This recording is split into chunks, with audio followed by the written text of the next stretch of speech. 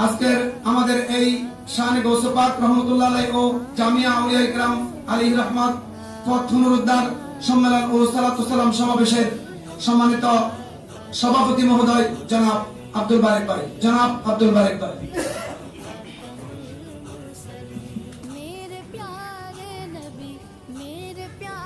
বিসমিল্লাহির রহমানির রহিম। আসসালাতু ওয়াসসালামু আলাইকা ইয়া রাসূলুল্লাহ, আসসালাতু ওয়াসসালামু আলাইকা ইয়া হাবিবাল্লাহ, আসসালাতু ওয়াসসালামু আলাইকা ইয়া শফিউল মুসনাবিন, আসসালাতু ওয়াসসালামু আলাইকা ইয়া রাহমাতুল লিল আলামিন। বিশ্ব সুন্নি আন্দোলন কোতোয়ালি থানা কর্তৃক আয়োজিত আজকের Chattogram press club S Rahman হলে আজকের এই মহতী হযরত গৌসে পাক রহমতুল্লাহ আলাইহি ও জামিয়া আউলিয়া ইকরাম পথ পুনরুদ্ধার সম্মেলন ও সালাতু সালাম মাহফিলে উপস্থিত সম্মানিত প্রধান অতিথি, বিশ্ব সুন্নি আন্দোলন ও বিশ্ব ইসলামিয়ত বিপ্লবের কেন্দ্রীয় নেতা জনাব আল্লামা আরেফ সাত্তার সাহেব, আরো উপস্থিত আছেন বিশ্ব সুন্নি আন্দোলন বিশ্ব ইসলামিয়ত বিপ্লবের সম্মানিত কেন্দ্রীয় নেতা জনাব আল্লামা শেখ নঈমুদ্দিন সাহেব, আরো উপস্থিত আছেন বিশ্ব সুন্নি আন্দোলনের কেন্দ্রীয় নেতা আউয়াল কাদেরী, মারুফউদ্দিন সুবন, নাফিস মুবাররক, লুৎফুর রহমান লিটন এবং কোতোয়ালি থানার সাধারণ সম্পাদক জনাব নজিবুল কবির রাহাগীর ভাই এবং সম্মানিত মুরব্বী জামালউদ্দিন খান কোতোয়ালি থানা এবং আরো উপস্থিত আছেন কোতোয়ালি থানার বিভিন্ন পর্যায়ের নেতৃবৃন্দ, ভাই ও বোনেরা, আসসালামু আলাইকুম ওয়া রাহমাতুল্লাহি ওয়া বারাকাতুহু। ইমানের এক জামাত আহলে সুন্নাত ওয়াল জামাত, নাজাতের এক জামাত আহলে সুন্নাত ওয়াল জামাত, বাতিল ফিরকা বস্তুবাদ ও ধর্মের নামে অধর্ম উগ্রবাদ, ঈমান দ্বীন ও জীবন বিরোধী মতবাদ আল্লামা ইমাম হায়াত আলাইহির রহমা, যার বক্তব্য স্মরণে আমি আমার আলোচনা শুরু করছি। হযরত আল্লামা ইমাম হায়াত আলাইহির রহমা, যিনি না হলে আজকে আমরা সত্য, সুবিচার, মানবতা, অধিকার চিনতাম না। আল্লামা ইমাম হায়াত আলাইহির রহমা আমাদেরকে বস্তুবাদ চিনিয়েছেন। আমরা বস্তু চিনতাম কিন্তু বস্তুবাদ আমরা চিনতাম না। যে বস্তুবাদ থেকে বাতিল ফিরকার জন্ম, যে বস্তুবাদ থেকে অধর্ম উগ্রবাদের জন্ম, যে বস্তুবাদের কারণে আজকে পুরো বিশ্ব খণ্ড বিখণ্ড হয়ে আছে। আমাদের প্রত্যেক ভাই বোনকে বস্তুর ঊর্ধ্বে মানব সত্তার প্রবক্তা আল্লামা ইমাম হায়াত আলাইহির রহমার তিনটা ফর্মুলা, প্রোগ্রামতে চারটা জিনিস আমাদেরকে জানতে হবে। এক, বাতিল ফিরকা, যারা দ্বীনে বাতিল বলা হয় ধর্মের নামে। দুই, বস্তুবাদী মতবাদ, বিভিন্ন বস্তুর ভিত্তিতে মানুষের আত্মপরিচয় হয়ে দাঁড়ায়, বিভিন্ন বস্তু মানুষের জীবনের মূল হয়ে দাঁড়ায়। অধর্ম উগ্রবাদ এবং এই তিন বাতিলের সমন্বয়ে গঠিত মুলুকিয়ত আজকে পুরো পৃথিবীকে এই চার অপশক্তি খণ্ড বিখণ্ড করে রেখেছে। আমরা চাইলেও বাঁচার পথ খুঁজে পাই না। এই বস্তুবাদের করাল গ্রাসে আমরা এমন ভাবে আবদ্ধ বন্দী হয়ে আছি, যেখান থেকে মানবতা উদ্ধার হওয়া কখনোই সম্ভব নয়। আমরা যদি একটু চিন্তা করি, আমরা দেখতে পাই আজকে সেই সৌদি ওয়াহাবি উগ্রবাদীরা ইয়েমেনের নিরীহ জনগণের উপর নির্মমভাবে আঘাত হানতেছে, বোমা ফেলতেছে, কিন্তু ইয়েমেনের আশেপাশের সকল দেশ আমরা দেখি অনেক ডেভেলপ, খাবার উপচে পড়ছে, পুরো গরু পুরো ওট টেবিলের উপর তুলে খাচ্ছে, কিন্তু অনাহারে অত্যাহারে মানুষগুলো মারা যাচ্ছে। একজন সাংবাদিক আত্মহত্যা করেছে একটা ছবি তুলে, সেই দেখতেছে একটা শকুন একটা বাচ্চা ডাস্টবিনের দিকে তাকিয়ে আছে, সেই ডাস্টবিনে কিছু খাবার আছে কিনা, কিন্তু ডাস্টবিনে কিছুই নেই। আর একটা শকুন তার পিছনে দাঁড়িয়ে আছে, তখন বাচ্চাটা মরবে, সে তার মাংস খাবে। আজকে ইয়েমেনের এই নির্মম অবস্থা, কিন্তু কেন ইয়েমেনের এই জনগণে কেন মারা যাচ্ছে এবং পাশাপাশি দেশগুলোতে খাবার উপচে পড়ছে, কিন্তু ওরা খাবার পাচ্ছে না কেন? একটা কারণ বস্তুবাদ।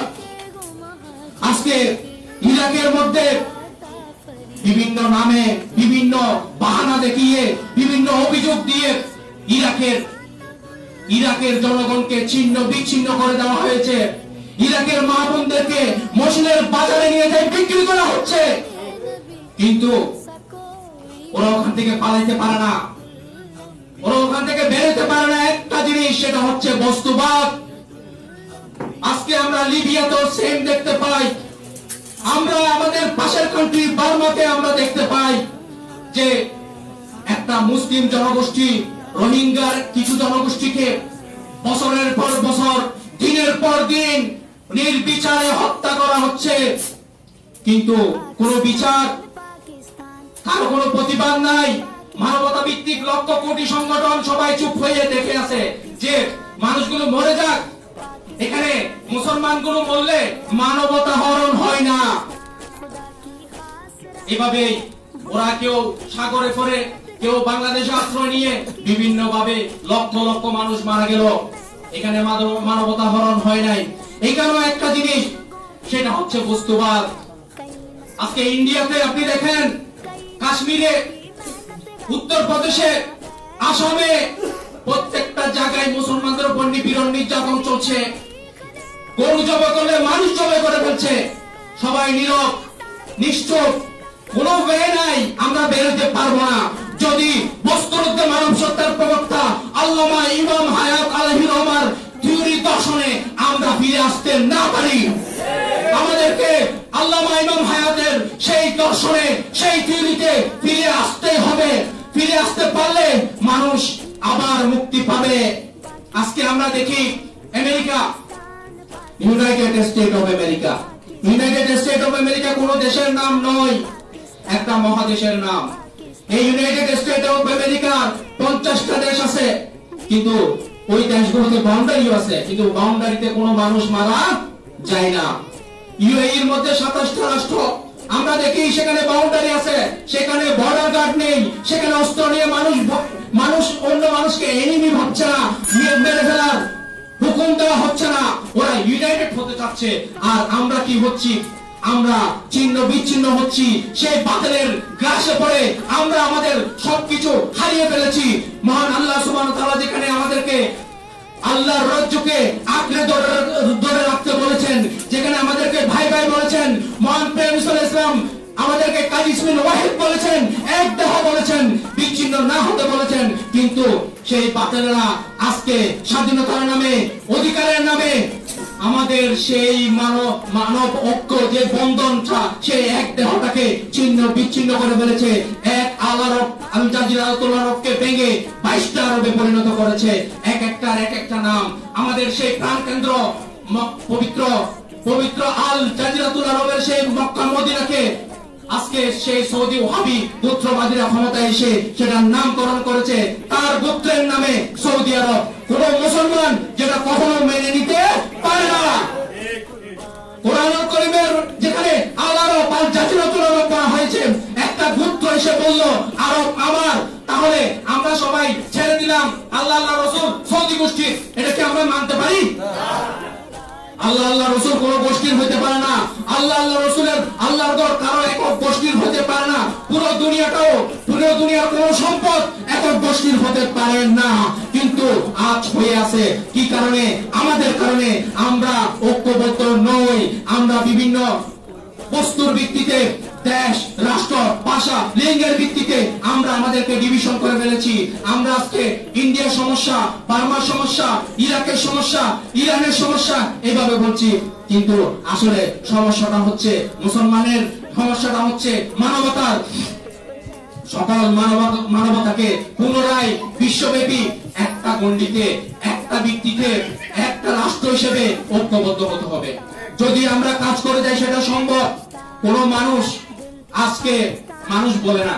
আমরা যদি দেখি যে মানুষ আজকে মানুষ বলে না, বলে ও বাঙালি, ও পাকিস্তানি, ও ইরানি, ও ইরাকি, ও লিবিয়ানি, এভাবে বলে।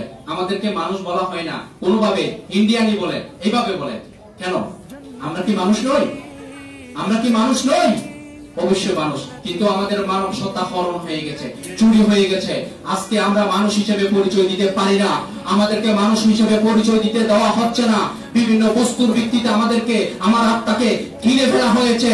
আমরা এখন সেই বস্তুর ভিত্তিতে নিজের আত্মপরিচয় দিয়ে যাচ্ছি, কিন্তু বস্তুর ভিত্তিতে আত্মপরিচয় দেওয়ার পরে একটা মানুষ ইমানদার তো দূরের কথা, মানুষও থাকে না।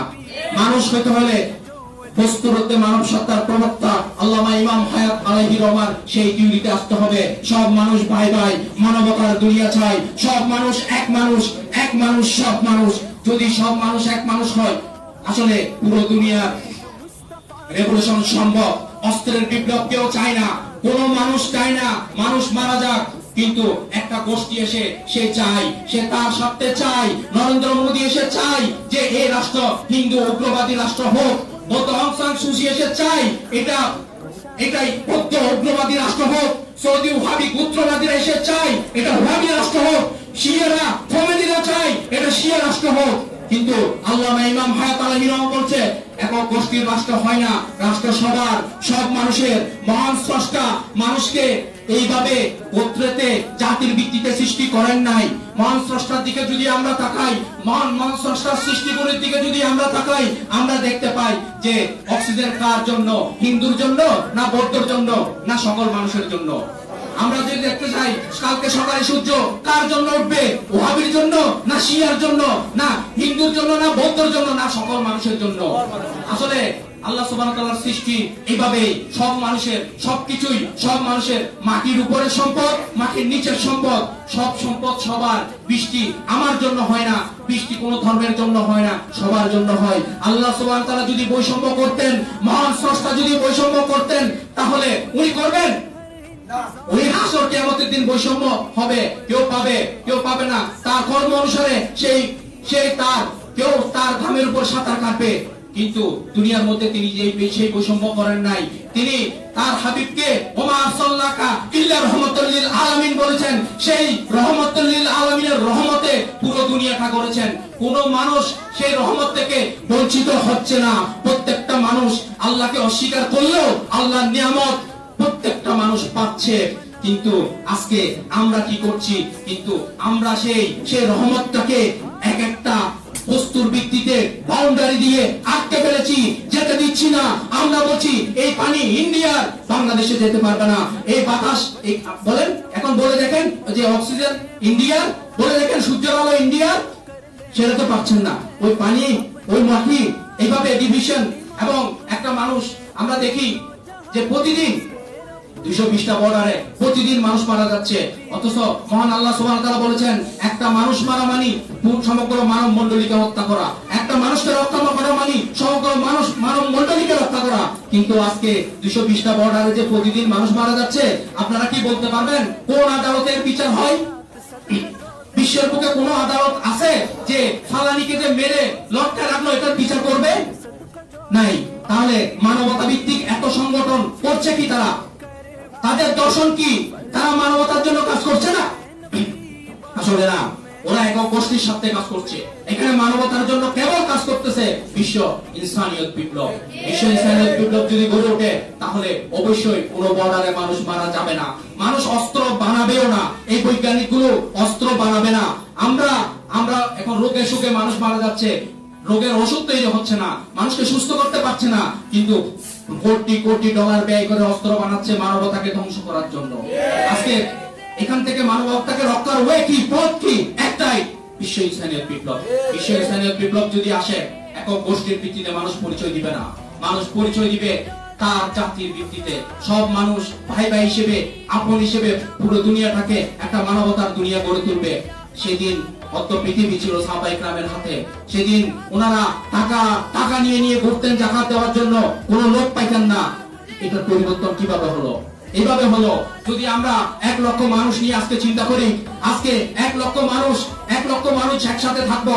এখানে যদি কেউ অসুস্থ হয়, ওনার যদি 1 লাখ টাকা লাগে, 1 লাখ মানুষ যদি 10 টাকা করে দেয়, 10 লাখ টাকা হয়।